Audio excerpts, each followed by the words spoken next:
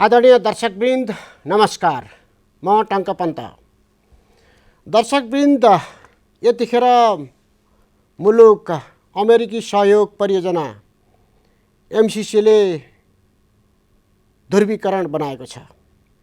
मुलुकमा राजनीतिक दलहरू मात्र होइन, नागरिक स्तरमा समेत ध्रुवीकरण भएको छ। एमसिसी परियोजना राष्ट्रका लागि कति बेठिक हो, कति ठिक हो जस्ता बहस सदनदेखि सडकसम्म चलिरहेको छ र सडक पनि तातेको छ, सदन पनि तातेको छ। त्यति मात्र होइन, गठबन्धन सरकार अब के हुने भन्ने प्रश्न पनि उब्जिएको छ। राजनीतिक दलका नेताहरूबीच आन्तरिक छलफल तीव्र रूपमा बढिरहेको छ। यसरी अब एमसिसीले मुलुकलाई कहाँ पुर्याउला, यसका सकारात्मक नकारात्मक पक्षहरू के हुन् जस्ता विषयमा बहस चलिरहेको बेला आज हामी यही विषयमा केन्द्रित भएर कुराकानी गर्दैछौँ। कुराकानीका लागि हामीसँग अतिथि हुनुहुन्छ नेपाल कम्युनिस्ट पार्टी, जसलाई कम्युनिस्ट पार्टीको विप्लव पनि भनिन्छ, तर उहाँहरूले नेपाल कम्युनिस्ट पार्टी नै भन्नुहुन्छ। नेपाल कम्युनिस्ट पार्टीका सचिवालय सदस्य, नेता एवं अन्तर्राष्ट्रिय विभाग प्रमुख धर्मेन्द्र वास्तोला हुनुहुन्छ। यहाँलाई स्वागत छ। धन्यवाद। अनि एमसिसीले त सडक र सदन चर्काएको छ, द्वन्द्व बढाएको छ, नागरिक स्तरमा पनि निकै तीव्र रूपमा ध्रुवीकरण भएको छ। ठिक हो। यसले कहाँ पुर्याउन खोजेको मुलुकलाई?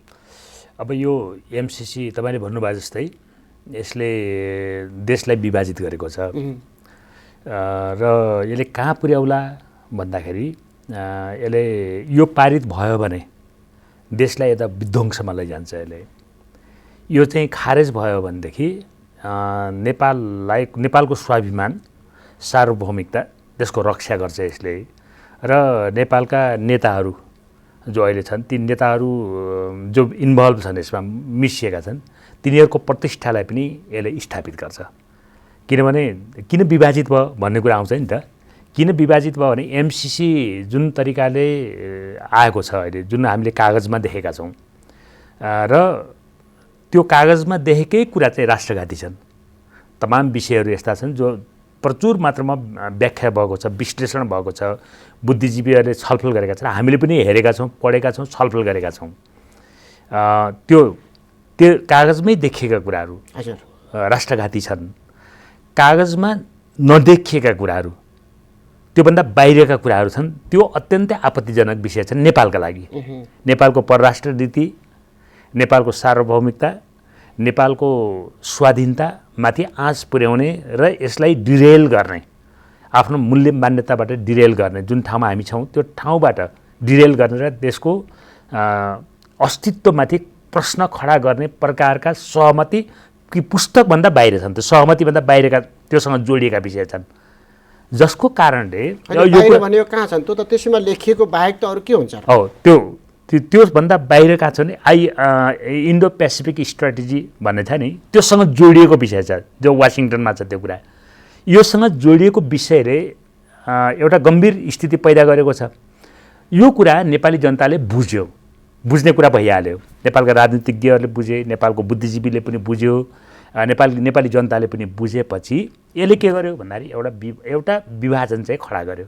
किन भन्दाखेरि यो किन आयो भन्दाखेरि एउटा पक्ष त यसको पक्षमा छ, एउटा पक्ष छ, एउटा मुठ्ठीभर माफियाहरूको जमात, दलालहरूको जमात छ, राष्ट्रघातीहरूको जमात छ, जसले के गर्न चाहन्छ भन्दाखेरि पैसाको लोभको निम्ति, थोरै मात्र भए पनि पैसा, उसको गरिबी छ नि त देशभित्र, त्यो गरिबीको कारणले पैसाको लोभको निम्ति, त्यो पैसा प्राप्त गर्नको निम्ति उसले कुनै पनि प्रकारको राष्ट्रघात गर्न त्यो पछि पर्दैन। त्यो जमात छ एउटा, त्यसले चाहिँ के छ भन्दाखेरि त्यसको पक्षमा छ। तर जे प्रावधानहरू त्यहाँ छ त्यसले त सिङ्गो देशलाई चाहिँ एकताबद्ध गर्ने कुरा भइहाल्यो। त्यो एकताबद्ध त्यसले गर्दाखेरि ध्रुवीकृत भयो। जस्तो पारित भयो भने विध्वंस ल्याउँछ भन्नुभएको छ। हो, कसरी ल्याउँछ विध्वंस? यो त राष्ट्रको लागि, विकासको लागि भनेर पो ल्याउने हो, कसरी विध्वंस ल्याउँछ त फेरि? तपाईँलाई म 2-3वटा कुराहरू भनौँ। जस्तो भन्नुहोस् विकास भन्ने छ नि, यसको पहिलो कुरा के हो भने कुनै पनि देशमा विकासको कुरा छ नि, अहिलेसम्मको 1000 वर्ष र पछिल्लो 500 वर्षको इतिहास हेर्नुभयो भने, विश्वको इतिहास हेर्नुभयो, आर्थिक गतिविधि हेर्नुभयो भने, जुन देशले आफ्नो संरचनाहरू आफैले निर्माण गरेको छैन त्यो देश कुनै पनि विकास भएको छैन, होइन? आफ्नो संरचना राज्यले आफैले जसले निर्माण गरेको छैन त्यसको विकास भएको छैन, जसले निर्माण गर्यो त्यसको विकास भएको छ, होइन? र यो एमसिसी परियोजनाबाट बन्ने विकास चाहिँ नेपालीको हुन्छ, नेपालको राष्ट्रको हुन्छ, नेपाली जनताको हुन्छ कि त्यो अमेरिकन प्रोजेक्टको हुन्छ? त्यो मिलेनियम च्यालेन्ज कर्पोरेसनको हुन्छ भन्दाखेरि यो विकास नेपाली जनताको हुँदैन, मिलेनियम च्यालेन्ज कर्पोरेसनको हुन्छ। यो भनेको के हो भन्दाखेरि जसरी बेलायतले इस्ट इन्डिया कम्पनी प्रवेश गरेर बम्बे कलकत्तामा रेल लाइन बनाएर भित्रभित्र छिराएर त्यहाँको सारा सम्पत्ति सुन चाँदी जङ्गल सबै चाहिँ ओसार प्रसार गर्ने गरेको थियो नि, त्यो इन्फ्रास्ट्रक्चर बनाएको थियो। हेर्दाखेरि त रेल लाइन बनाएको थियो त्यहाँ, होइन? मान्छेले अहिले तर्क त गर्न सक्छन्, बम्बेमा रेल बनाएको थियो त्यस कारणले दिल्ली आयो भन्न पनि सक्छन् मान्छेले, कलकत्तामा रेल बनाएको थियो त्यस कारणले दिल्ली जोडियो भन्न पनि सक्छन्। तर त्यो बेलामा रेल किन बनाइएको थियो भन्दाखेरि यहाँको सम्पत्ति, भारतको सारा सम्पत्ति ओसार प्रसार गर्नको निम्ति बनाइएको थियो। ठिक त्यसै गरिकन अहिले जो ठुलो बाटोको कुरा आएको छ, ट्रान्समिसन लाइनको कुरा आएको छ, त्यो के को निम्ति बनाइदिएछ त भन्दाखेरि नेपालको सम्पत्ति निर्यात गर्नको निम्ति। र कसको हातबाट निर्यात गर्ने भन्दाखेरि नेपालको पुँजीपतिबाट होइन, नेपालको राष्ट्रबाट होइन, नेपाली जनताबाट होइन कि अमेरिकी कम्पनीबाट निर्यात गर्नको निम्ति बनाइदिएछ। त्यस कारणले हामीले फेरि 500 वर्षको इतिहास हेरौँ विश्वमा, जसले आफ्नो संरचना हामीलाई चाहिन्छ, ब्रोड बाटो चाहिन्छ, खुला बाटो पनि चाहिन्छ, ट्रान्समिसन पनि चाहिन्छ, रेल लाइन चाहिन्छ, ठुला ठुला बिल्डिङहरू चाहिन्छन्, विकास चाहिन्छ, निश्चित रूपले चाहिन्छ। त्यो बनाउनको निम्ति राज्यले बनाउनु पर्यो नि, राज्यले चाहिँ निर्माण गर्नु पर्यो नि। राज्यले के गर्नु पर्यो? एउटा त आफ्नो तरिकाले चाहिँ सम्पत्ति आर्जन गर्नु पर्यो, उत्पादन गर्नु पर्यो, विकास गर्नु पर्यो, औद्योगिकरण गर्नु पर्यो। त्यसैमा विकास गर्नका लागि परियोजना आउँछ, देशको हितका लागि विकास हुन्छ भने किन सपोर्ट नगर्ने त? हो, म त्यही भन्दैछु। र यो कुरा चाहिँ गर्नको निम्ति ऋण लिएर गरौँ न, बरु ब्याज तिरौँ, ऋण लिउँ, कुनै पनि देशहरूबाट ऋण लिउँ, अमेरिकाबाट लिउँ, बेलायतबाट लिउँ, चीनबाट लिउँ, भारतबाट लिउँ, ऋण लिउँ। ऋण लिँदा पनि त कति शर्त हुन्छन्, यो त उसले अनुदान दिने भएपछि ठिक हो। त्यो तपाईँले भनेको कुरा मैले बुझिहालेँ। यो शर्तनामाहरू साम्राज्यवादी शर्तनामाहरू थोपरिने गरिएको छ। त्यसलाई हामीले अहिले के भन्छ, नव औपनिवेशीकरण भनेर भन्छौँ हामीले, नव औपनिवेशवाद, नियो कोलोनियलिजम भन्छ त्यसलाई। त्योभित्र तमाम प्रकारका साम्राज्यवादी शर्तहरू छन्, त्यो शर्तलाई हटाएर ऋण लिउँ। त्यो राज्यले त्यो त गर्नु पऱ्यो नि त। ऋणका केही प्रावधानहरू चाहिँ हुन्छन्, त्यसको बारेमा हामी लामो छलफल गर्न सक्छौँ। अहिले ऋण लिँदाखेरि पनि देश औपनिवेशिक हुने, अनि डोनेसन भन्दाखेरि पनि औपनिवेशिक हुने, यो प्रकारको छ। त्यसमाथि एमसिसी जो लागू गरिँदैछ यो त नेपाली जनताको भन्ने नाममा, प्रचारमा नेपाली जनताको, औपचारिक रूपले के हुन्छ भन्दाखेरि अमेरिकन कम्पनीको चाहिँ एकछिन विकास हुन्छ, यहाँ उसका संरचनाहरू चाहिँ बनाइन्छन्। कम्पनीको लागि विकास हुन्छ भने उसले पनि त्यसै पठाएको होइन, नेपालले मागेर ल्याएको त नि होइन। त्यो एकदम गलत कुरा हो, त्यो माफियाहरूको तर्क हो। त्यो चाहिँ यो जो माफियाहरू छन् नि, उनीहरूले नेपालले मागेर, हामी देखिरहेको छौँ, कसले माग्यो चाहिँ, कहिले बहस भयो, यो त गुपचुपमा चाहिँ के छ नि सम्झौता गरियो। यो राष्ट्रवादी कर्मचारी मध्येको एकजना कर्मचारीले, सचिवले यसका प्रावधानहरू गुपचुप गर्न मिल्दैन, यो त चाहिँ के छ नि संसदमा लैजानुपर्छ भनेपछि यो संसदमा आयो। संसदमा आएपछि बहस बाहिर बौद्धिक जगतमा बहसको विषय बन्यो। संसदमा भएका राष्ट्रवादी बुद्धिजीवीहरू जो हुनुहुन्छ, साथीहरू जो अहिले बहस गरिराख्नु भएको छ, जस्तो उदाहरणको लागि भनौँ न, भीम रावलजीहरूले गरिराख्नु भएको छ, लीलामणि पोखरेलले चाहिँ गरिराख्नु भएको छ, त्यहाँभित्र एप्रोच राख्ने साथीहरू जो हिजोको माननीयहरू हुनुहुन्थ्यो, उहाँहरूले चाहिँ कसैले बाहिर ल्याइराख्नु भएको छ र बहस राम्रो तरिकाले गरिराख्नु भएको छ। त्यस्तै तमाम हजारौँ बुद्धिजीवीहरूले गरिराख्नु भएको छ। यसरी गुपचुप रूपमा चाहिँ कसैले गरिएकोलाई बाहिर आइसकेपछि हामीले बहस गऱ्यौँ, हाम्रो पार्टीले पनि गर्यो, बुद्धिजीवीहरूले चाहिँ के छ नि त हजारौँ बुद्धिजीवीले गरिराख्नु भएको छ नि त बहस। त गरिसकेपछि के भयो त भने यो राष्ट्रघाती रहेछ भन्ने कुरा थाहा भयो। यो नेपालको विकासको निम्ति होइन कि विनाशको निम्ति आइरहेछ भन्ने कुरा थाहा भयो। होइन हजुर, त्यति थाहा हुनको लागि पनि 11 वर्ष लाग्यो। किनभने यो त लुकाएर गरिएको थियो नि त, गुपचुप रूपमा गरिएको थियो नि।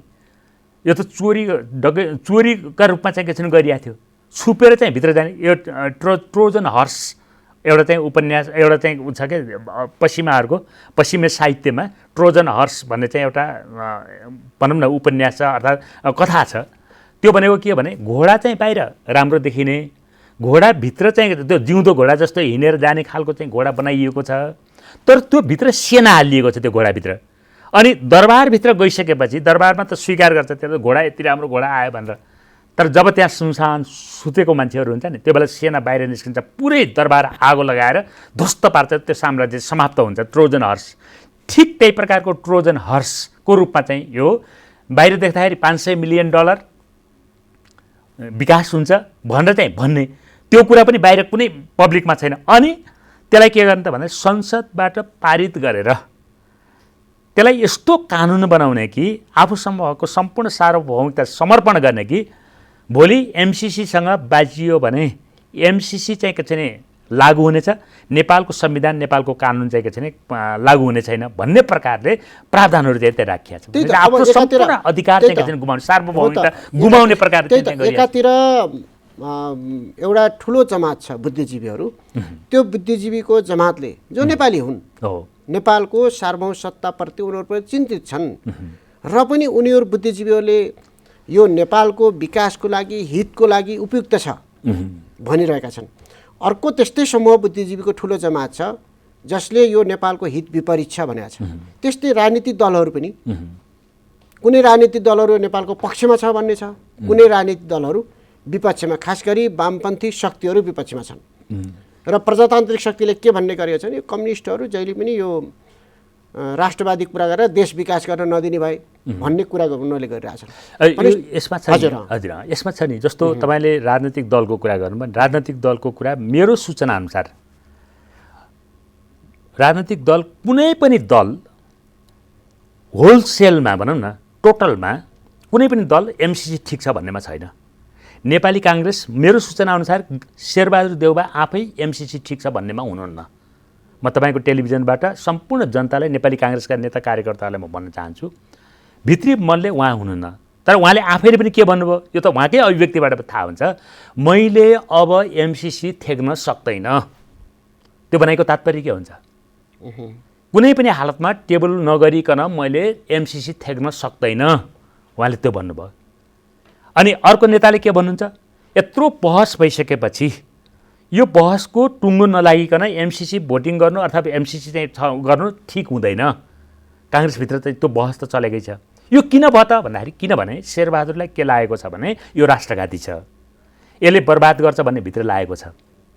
तर उहाँमाथि के छ त भन्दाखेरि अहिले एउटा यस्तो प्रेसर छ कि उहाँले पास गर्नै पर्छ, त्यो प्रेसर छ। तर काङ्ग्रेसको सिङ्गो कार्य समितिले संसद दलले प्रष्ट रूपमा निर्णय गरेछ त नै त्यो त त्यो त औपचारिकतामा जाने भएको कारणले गर्यो। त्यो पार्टीको एउटा अनुशासन हुन्छ, एउटा औपचारिकता हुन्छ, एउटा चाहिँ के छ भने फेरि अर्को कुरा नेपाली काङ्ग्रेस भने त राष्ट्रवादी पार्टी त होइन, यो त दलाल राष्ट्रघाती इतिहासमा सबैभन्दा बढी राष्ट्रघात गरेको पार्टी जानेर या नजानेर राम्रो गर्छु भन्दा भन्दै मान्छेलाई ठगेर मान्छेलाई झुक्क्याएर देशको आफ्नो स्थिति आफ्नो चाहिँ के छ भने मूल्य मान्यता चाहिँ के छ भने ख्याल नगरिकन कोशी सम्झौतामा राष्ट्रघात गरेको छ, गण्डक सम्झौतामा राष्ट्रघात गरेको छ, यता चाहिँ महाकालीमा राष्ट्रघात गरेको छ, सबै ठाउँमा कहीँ पनि यसले चाहिँ यसको इतिहास भनेकै दलाल र राष्ट्रघातमा टिकेको इतिहास छ काङ्ग्रेस पार्टी भनेको।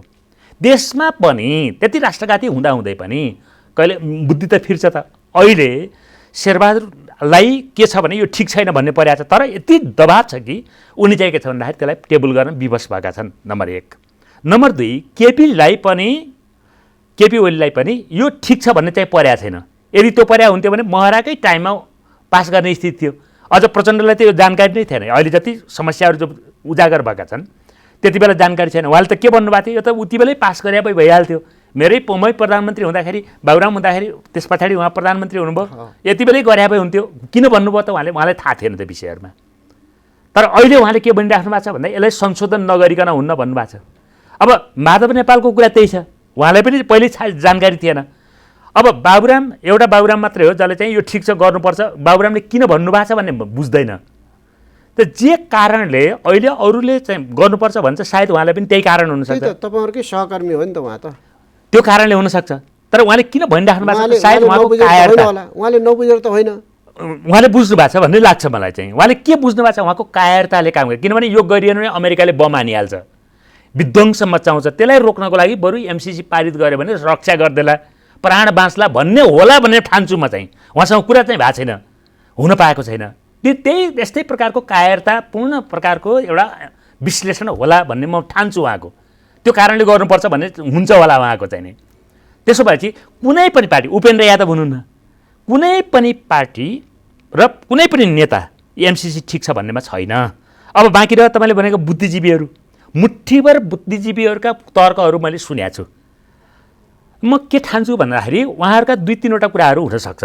एउटा कुरा के हुनसक्छ भने अमेरिका जस्तो सुपर पावर देश होइन, उहाँहरूको तर्कमा चाहिँ डेमोक्रेसी भएको देशले नेपालको चाहिँ यो विध्वंस मचाइहाल्ला त, अर्थात् यहाँको चाहिँ के छ भने प्राकृतिक सम्पदाहरू लुटपाट गर्ने जनतालाई गरिहाल्ला त त्यसले भन्ने हुनसक्छ। त्यो सदाशयता हुनसक्छ। एउटा त्यसलाई भन्छ के भन्दा इग्नोरेन्स अर्थात् चाइल्डिस बचकाना मर्ज भन्छ नि त्यसलाई। के अरे यो बचपनको जस्तो सोच चाहिँ हुनसक्छ उहाँहरूको, अर्थात् मायोपिक अर्थात् कम दृष्टि भएका मान्छेहरू जो बियोन्ड हराइजन, डाँडा परि जसले देख्न सक्दैन उयो भागको मात्रै देख्छ। र त्यसले के देख्छ भन्दाखेरि केवल $500 मिलियन मात्रै देखाएको छ उसले चाहिँ। आफ्नो भित्र चाहिँ भएको $500 मिलियन यत्रो पैसा भयो भने त केही न केही बाँडचुँड गर्न पाइएला, खान पाइएला, अर्थात् 1-2वटा बाटो पनि बनिहाल्ला, ट्रान्समिसन पनि बनिहाल्ला, केही पानी माफियाहरू रहेछन् भने बिजुली चाहिँ भारतमा बेच्न पाइएला, पैसा आउला होइन। उनीहरूले बिजुली उत्पादन गरेर देशमा औद्योगिकरण गरौँ भन्ने छैन उनीहरूलाई चाहिँ बिजुली बेचेर बिजुली उत्पादन गरेर भारतमा बेचौँ, बङ्गलादेश बेचौँ, अलिअलि भएको पैसा चाहिँ जम्मा गरौँ, विदेशमा लगेर जम्मा गरौँ भन्नेतिर छ उनीहरूको सोच।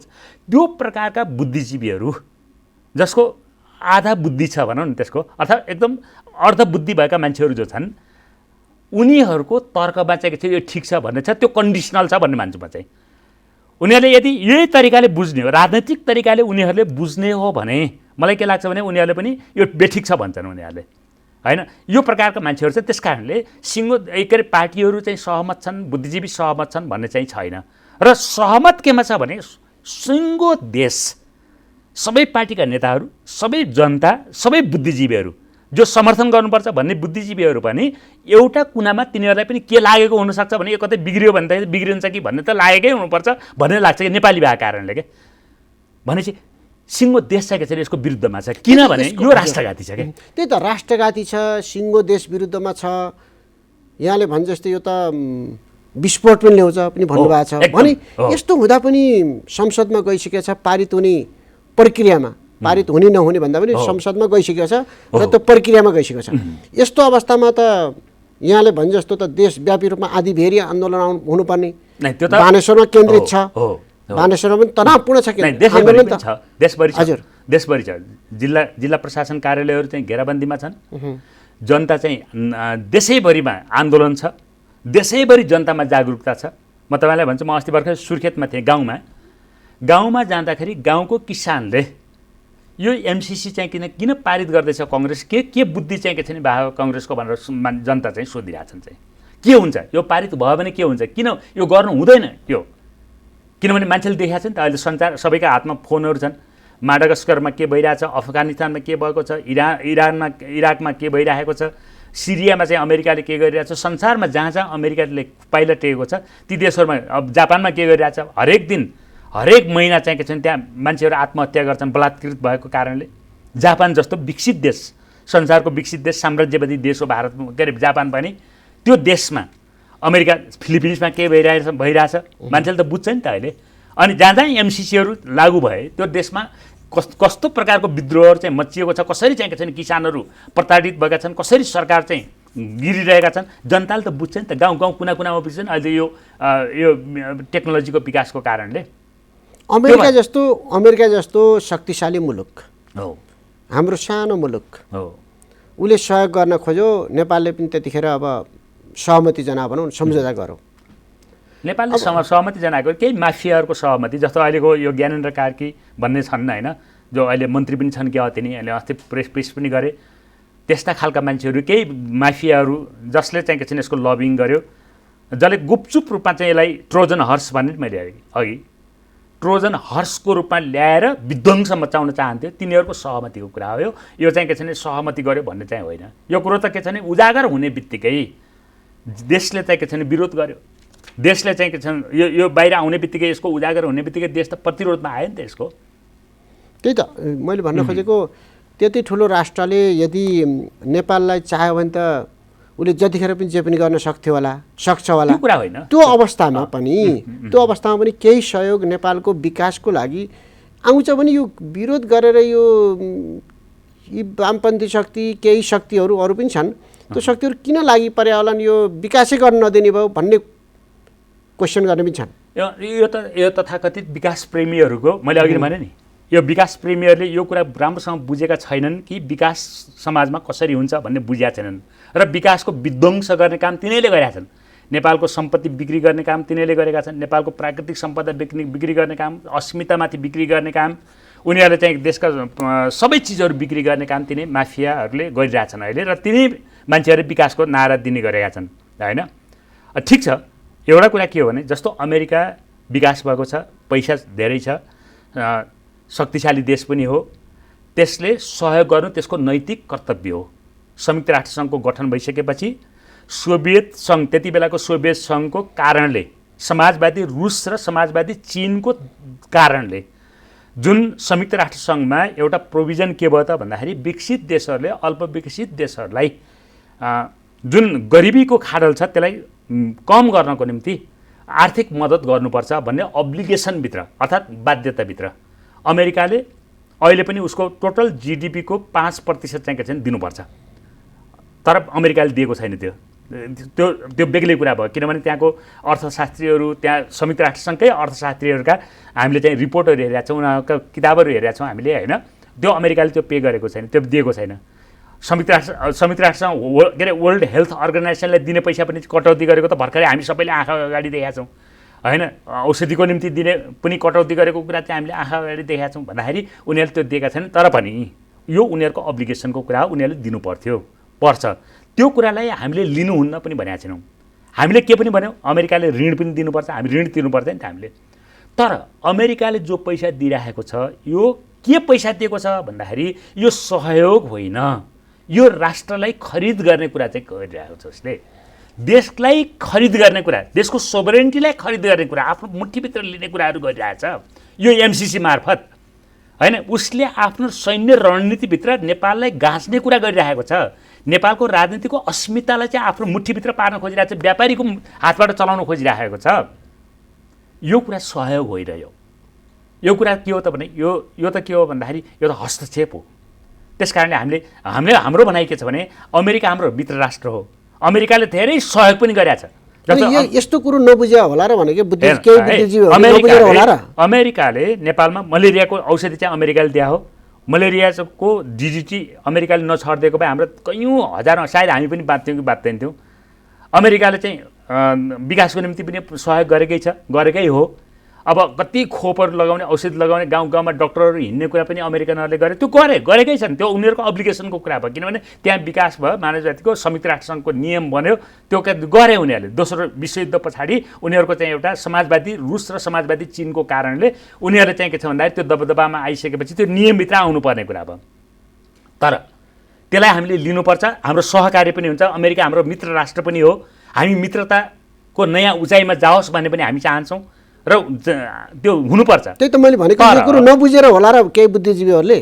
तर मैले भन्न जुन प्रकारले यो एमसिसी आएको छ नि त्यो भित्र छैन, यो छुट्टै भित्र आएको छ। अब यो उनीहरूले बुझे कि बुझेनन् भन्दाखेरि मलाई लाग्छ उनीहरूले दुईवटा कुरा हुन्छ, या त उनीहरूले चाहिँ जनतालाई ढाँटिरहेछन् या बुझेका छैनन्।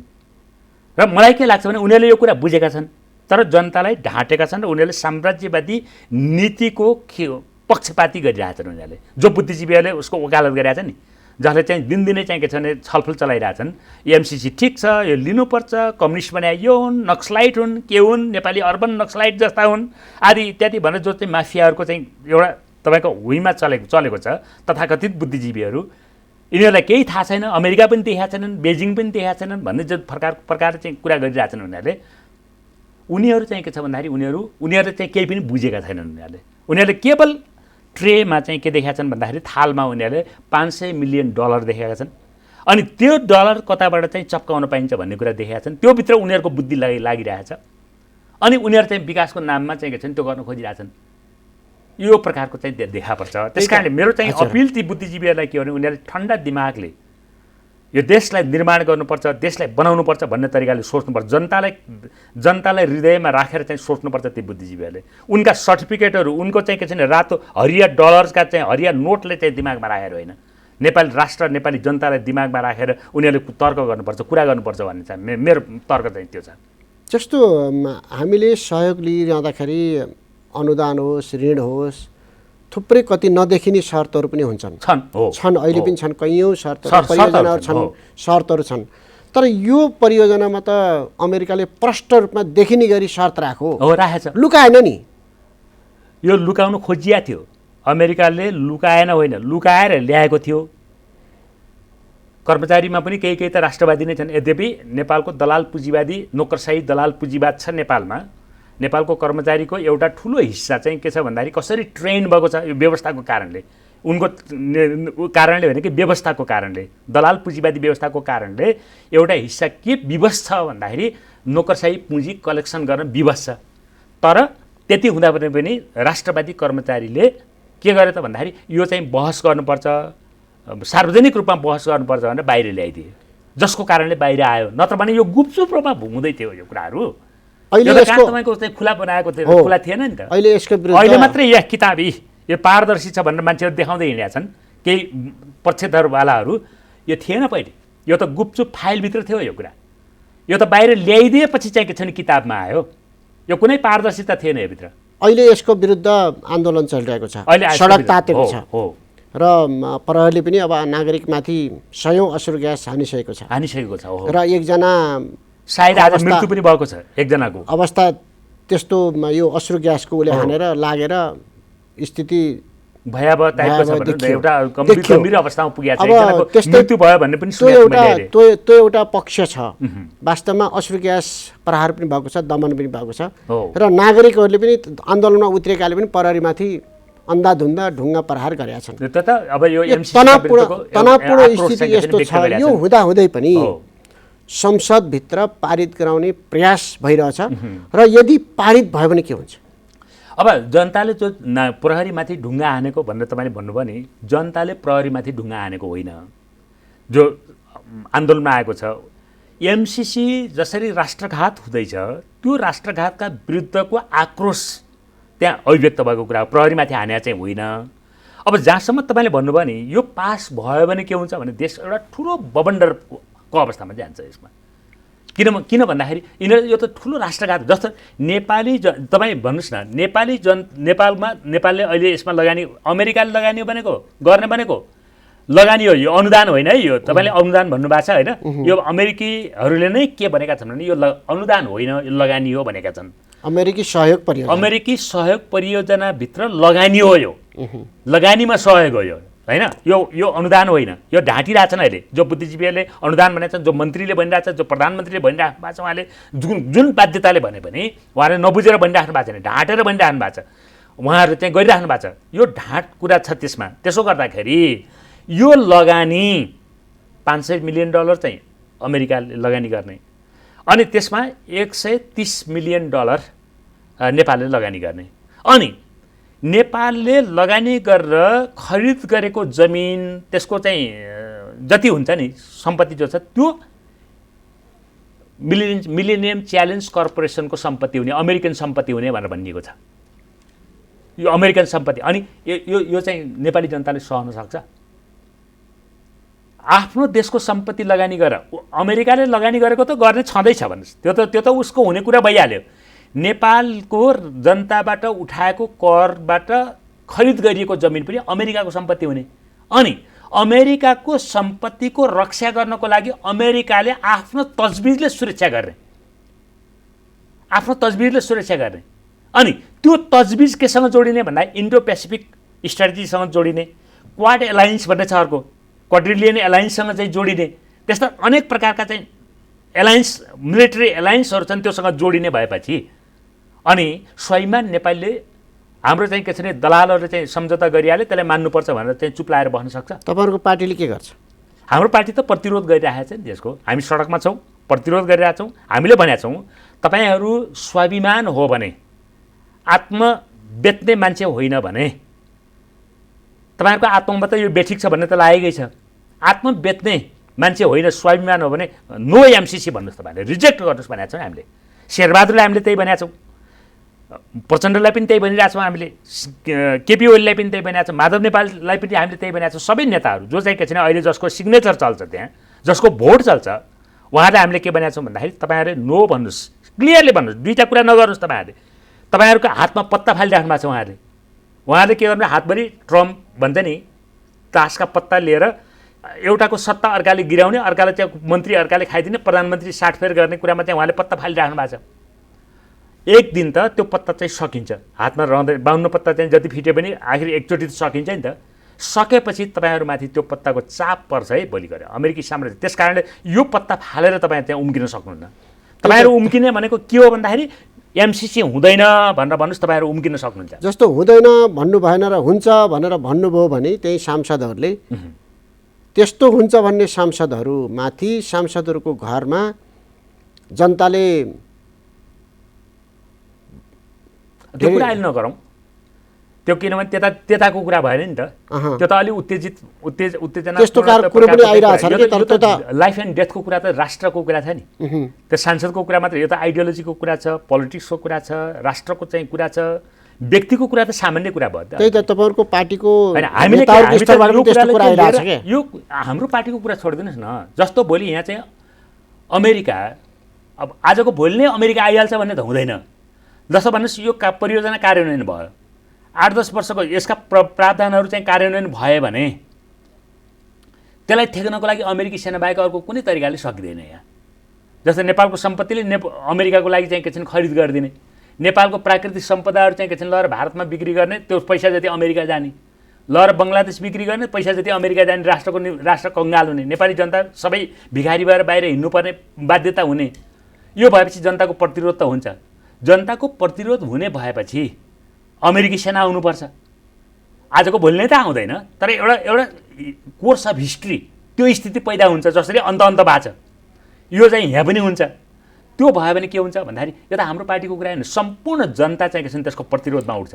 र त्यो जनता प्रतिरोधमा उठ्दाखेरि म तपाईँलाई अहिले भनौँ, इराक संसारको सबैभन्दा शान्तिप्रिय देश चाहिँ के छ इराक हो। मुस्लिम देश भएर पनि जहाँ हिजाब लगाइदिन्थ्यो, जहाँ चाहिँ हरेक बच्चाले दुध पाउँथ्यो राज्यबाट, कुनै पनि मान्छे चाहिँ गरिब भन्ने हुँदैन थियो, कसैको पनि घरबास नभएको भन्ने हुँदैन थियो, त्यस्तो शान्तिपूर्ण देशमा मान्छेहरू चाहिँ जहाँ चाहिँ हिंसा हुँदैन थियो, हिंसाबाट हरेक मान्छेहरू चाहिँ डराउँथ्यो, त्यहाँ ती मान्छेहरू अहिले पेटमा चाहिँ बम बोकेर हिँड्ने स्थितिमा इराक पुगेको छ। अमेरिकाले पाइल टोकेका कारणले भोलि हरेक नागरिक त्यो स्थितिमा पैदा हुन्छ यहाँ चाहिँ नेपालमा।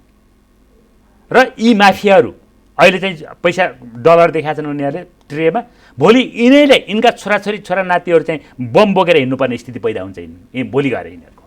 यो भू राजनीतिक असर कस्तो हुन्छ यो एमसिसीले? तपाईँले भू राजनीतिक प्रश्न उठाउनु भयो, यो गम्भीर विषय चाहिँ त्यहाँनिर छ। अब धेरै कुरा त अहिले नगरौँ त्यसको बारेमा। इन्डो पेसिफिक स्ट्राटेजीसँग एमसिसीलाई जोडेर जो अमेरिकाले गरेको छ, जो सम्झौताभित्र छैन त्यो विषय, त्यो तर यता जोडिएको छ उसको इन्डो पेसिफिक, के अरे यो इन्डो पेसिफिक स्ट्राटेजीभित्र उसको अमेरिकी मिलिट्री लाइनभित्र, लभित्र जसरी जोडिएको छ, त्यसले के गरेको छ भन्दाखेरि नेपाललाई भू राजनैतिक परिवेशमा जुन ठाउँमा नेपाल छ त्यसमा पनि यसले एउटा गम्भीर प्रकारको असन्तुलन पैदा गर्ने काम चाहिँ गर्छ। अहिले हुन त इन्डियनहरू त मक्खै परेका छन्, तर अमेरिका के चाहन्छ भन्दाखेरि इन्डियाको बजार कब्जा गर्ने, इन्डियाको बजार त्यत्रो 1.53 बिलियन पपुलेसन र त्यसबाट हुने बजार त्यो चाहिँ कब्जा गर्ने र चीनमाथि अस्थिरता पैदा गर्ने। जसरी अहिले त गरिरहेछ नि त, अहिले जतै सबैतिरबाट गरिरहेछ, अन्त पनि गरिरहेछ। यो काम चाहिँ के छ नि यो अमेरिकाले गर्न खोजिरहेछ यसमा। अहिले तपाईँले भनेपछि एउटा चाहिँ के छ नि अहिले छोटो रूपमा मैले भने पनि यो प्रकारको रणनीतिक अवस्थामा जुन देश छ त्यसमा एउटा बेग्लै प्रकारको अस्थिरता, अन्तर्राष्ट्रिय अस्थिरता चाहिँ पैदा गर्ने खतरा चाहिँ के छ नि देशभित्र छ र त्यो हुन्छ यहाँ। अथवा संशोधन गरेर जान सक्ने स्थिति छ कि छैन? अब छैन। कम्प्लिट चाहिँ इल्युजन भनौँ, भ्रम हो त्यो। जस्तो प्रचण्डजीले के भनिराख्नु भएको छ, माधवजीले के भन्नुभएको छ भने प्रावधानहरू संशोधन भयो भने, त्यो त अमेरिकाले संशोधन गरिदिनु भनिसक्यो नि, भयो भने भन्नुभएको छ उहाँहरूले। र सबभन्दा लज्जास्पद मैले कहाँ देखेँ भने उहाँको स्टेटमेन्टमा देखेँ प्रचण्डजीको, एमसिएका कर्मचारीले, त्यो वक्तव्यमा छ, एमसिएका कर्मचारीले संशोधन गर्ने वचनबद्धता दिएको कारणले त्यो पर्खिएर बस्या हुनाले भनेर लेख्नु भएको छ उहाँले। यस्तो पनि कहीँ हुन्छ?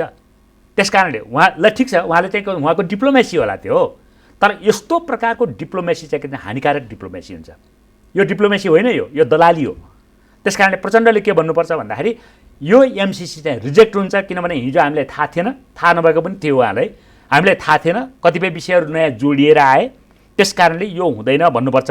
माधव नेपालजीले पनि त्यही भन्नुपर्छ, माधव नेपालले पनि त्यही भन्नुपर्छ। उहाँले चाहिँ हामीलाई थाहा नभएका कुराहरू जोडिएर आए, त्यस कारणले यसलाई रिजेक्ट गर्नुपर्छ भने, तर शेरबहादुरले पनि त्यही भन्नुपर्छ। हिजो जो मन्त्रीले चाहिँ साइन गर्यो उसलाई थाहा थिएन, अहिले हामीलाई थाहा भयो, थाहा भइसकेपछि हामी मन पोलेर यसलाई स्वीकृत गर्न सक्दैनौँ, दबिएर चाहिँ स्वीकृत गर्न सक्छ, हामीले रिजेक्ट गर्नुपर्छ भन्नुपर्छ शेरबहादुर। अब यो एमसिसी पारित हुने स्थिति बन्यो भने, पारित भयो भने विध्वंस हुन्छ भन्नुभएको छ। यहाँहरूले के आन्दोलनको आँधी बेहोरी ल्याउनुहुन्छ कि के हो त? यसको दुईटा कुरा छ। हजुर, पहिलो कुरा के छ भने जनताले यसबाट मुक्ति प्राप्त गर्नको लागि सङ्घर्ष गर्नुपर्छ। दोस्रो कुरा के छ भने भोलि अमेरिकी सेना नै आउनु पर्यो। अमेरिकी सेनाले जसरी सद्दाम हुसेनलाई पासोमा झुन्डाएर हत्या गरेको थियो त्यस्तै गरिकन यिनीहरूलाई चाहिँ यो बिआइसिसीमा झुन्ड्याउनेवाला छ यसले। भोलि आउँदा एमसिसीले नेताहरूलाई, यी राष्ट्रघाती जति छ नि एमसिसी भन्ने नेता हुन् या तपाईँको बुद्धिजीवी भन्नुहोस् या जोसुकै माफियाहरू भन्नुहोस्, यसलाई त्यो तरिकाले, किन भन्दाखेरि जनताले त त्यसको विरोध गर्छ।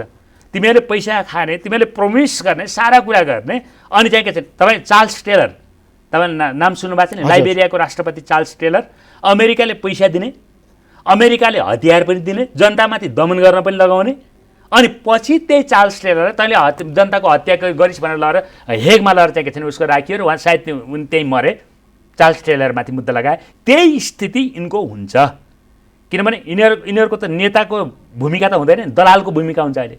हो, यिनले नो भन्यो भने नेताको भूमिका हुन्छ है। हजुर, यसले नो भन्यो भने समकक्षी भूमिका हुन्छ, सम्बन्ध पनि राम्रो हुन्छ, अमेरिकी सरकारसँगको सम्बन्ध पनि राम्रो हुन्छ, अमेरिकी राष्ट्रसँगको सम्बन्ध पनि राम्रो हुन्छ, जनतासँगको पनि सम्बन्ध राम्रो हुन्छ। यदि उनले चाहिँ लाचारपूर्वक तरिकाले यसलाई पास गरे भने यो त नेताको सम्बन्ध हुँदैन, समकक्षी सम्बन्ध, दलालको सम्बन्ध, दलाल र मालिकको बिचको चाहिँ सम्बन्ध हुन्छ त्यो। अनि मालिकले दलाललाई काम हुँदासम्म चाहिँ उपयोग गर्छ, काम नहुँदा उसलाई चाहिँ के गर्नुपर्छ त्यही गर्छ, जे चार्ल्स टेलरलाई गर्यो त्यही गर्छ।